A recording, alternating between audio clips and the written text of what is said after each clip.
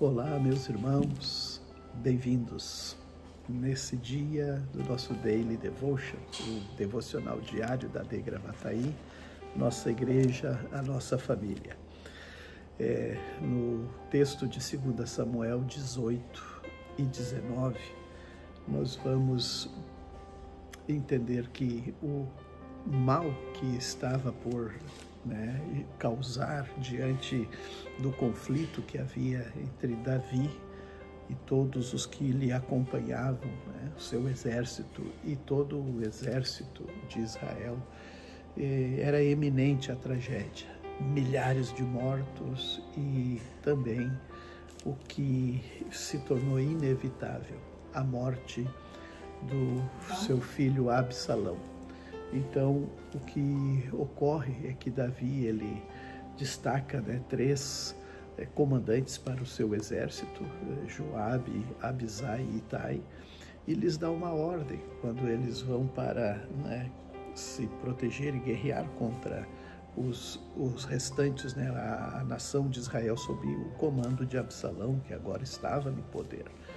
E infelizmente, mesmo que Davi deu a ordem, não faça mal a Absalão. Ele diz, por minha causa, tratem Absalão, o jovem Absalão, com bondade. Mas é claro que diante daquele furor, do conflito, da guerra, muitos morrendo, o Joabe, que ele era quase que não se conseguia conter, quando viu a oportunidade em que Absalão, ele ficou preso nos galhos de uma árvore, e a jumenta que ele estava montado seguiu, ele ficou ali pendurado pelos seus cabelos. Então foi quando ele soube e fez atravessar lanças e mataram o jovem Absalão.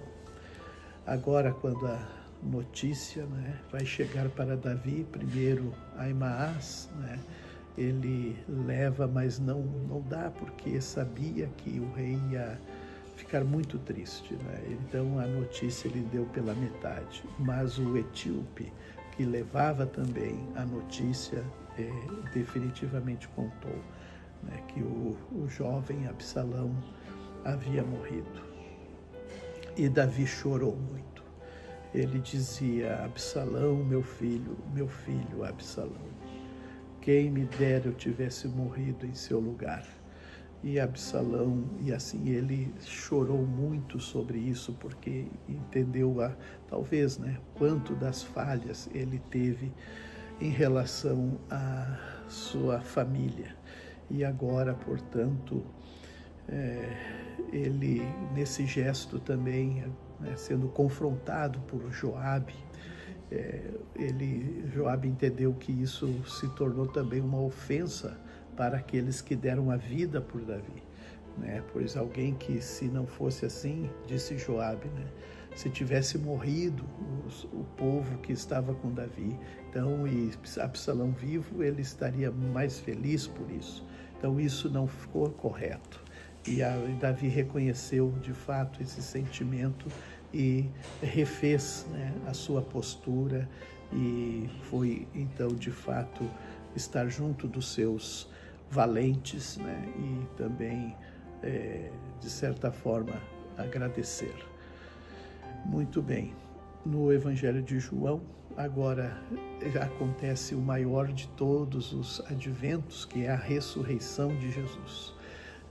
Quando a Maria, ela encontra, as mulheres encontram o sepulcro aberto, depois avisam a Pedro e João Marcos, vão correndo ao sepulcro, encontram ele também aberto, encontram tudo em ordem, os lenços. Eles perceberam que aquele momento realmente tinha sido algo muito especial, e que lembraram da mensagem da ressurreição.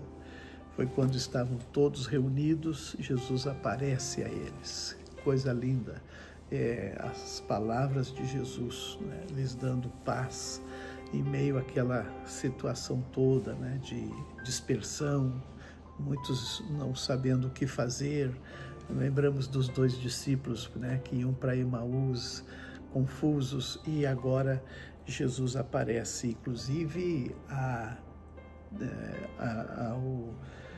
ao Dídimo, a Tomé, né, que era gêmeo, né, e precisa mostrar provas, né, para ele da ressurreição. E aqui Jesus fala não somente para Tomé, mas para todos nós, porque aqueles que não puderam ver, né, Jesus ressuscitado, mas creram, esses são muito felizes. Deus nos abençoe, então, com esta porção, né, e o Salmo, que é o 119, e os versículos que nós lemos, né, do maior capítulo, maior, né, dos Salmos que se pode perceber na Bíblia, e encerra hoje com este louvor, né, pela palavra de Deus. Deus continue nos abençoando para nós seguirmos firmes sempre, confiando na palavra do Senhor. A paz.